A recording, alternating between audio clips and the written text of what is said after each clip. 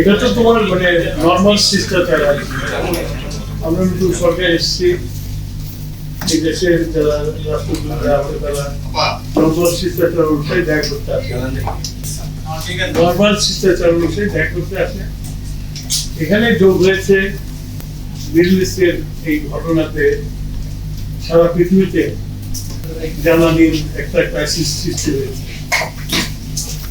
আমরা তো এই পৃথিবীর মধ্যে এই গ্লোবের মধ্যে তো আমরা আছি, আমাদেরও একটু শর্টেজ হয়ে গেছে, যেটা কমিটমেন্ট ছিল সেগুলো আসা বন্ধ হয়ে গেছে। স্বাভাবিকভাবে ওদের সাথে আলোচনা করলাম আমরা যে তারা আমাদেরকে এই ক্রাইসিস মুভমেন্টে আমাদের কি কোঅপারেট করতে পারে। দুই আমাদের থেকে একটা বলতে হবে যে তাকে বলছি যে আপনারা আমাদেরকে এই মানে একটা লং টার্ম আমরা আপনাদের সঙ্গে যেতে চাই, আর দুইটা হলো যে এখন যে ক্রাইসিস গুলোতে আমাদেরকে সাপোর্টের জন্য আমরা রিকোয়েস্ট করি।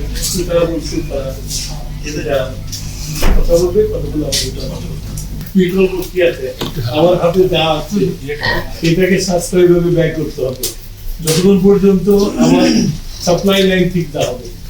যেটা আছে সেটাকে সাশ্রয় করে আমি চালানোর চেষ্টা করছি, আমি চালানোর চেষ্টা করছি। যুদ্ধ অবধি থাকবে ততদিন ক্রাইসিস থাকবে, তারপরেও আমরা যাতে ঘুরে ঘুরে আনানো যায় যেসব সোর্স আছে সেটা ক্যাপ করছি।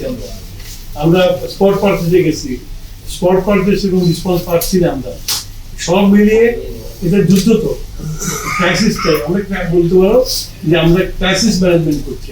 যখন পৃথিবীতে যখন এরকম ক্রাইসিস থাকে, এই ক্রাইসিস আমার একটা না, এই ক্রাইসিস শুধু বাংলাদেশের না, এই ক্রাইসিস ইন্ডিয়ারও আছে, পাকিস্তানেরও আছে, সব জায়গায় আছে। সবাই ঘর নিয়ে মার্কেটে ঘুরতেছে এগুলো কেনার জন্য। তো অন্ধকারে যাবো না আলোতে থাকবো, এটা কমেন্ট করে তো আমার জন্য সম্ভব না। আমরা চেষ্টা করছি।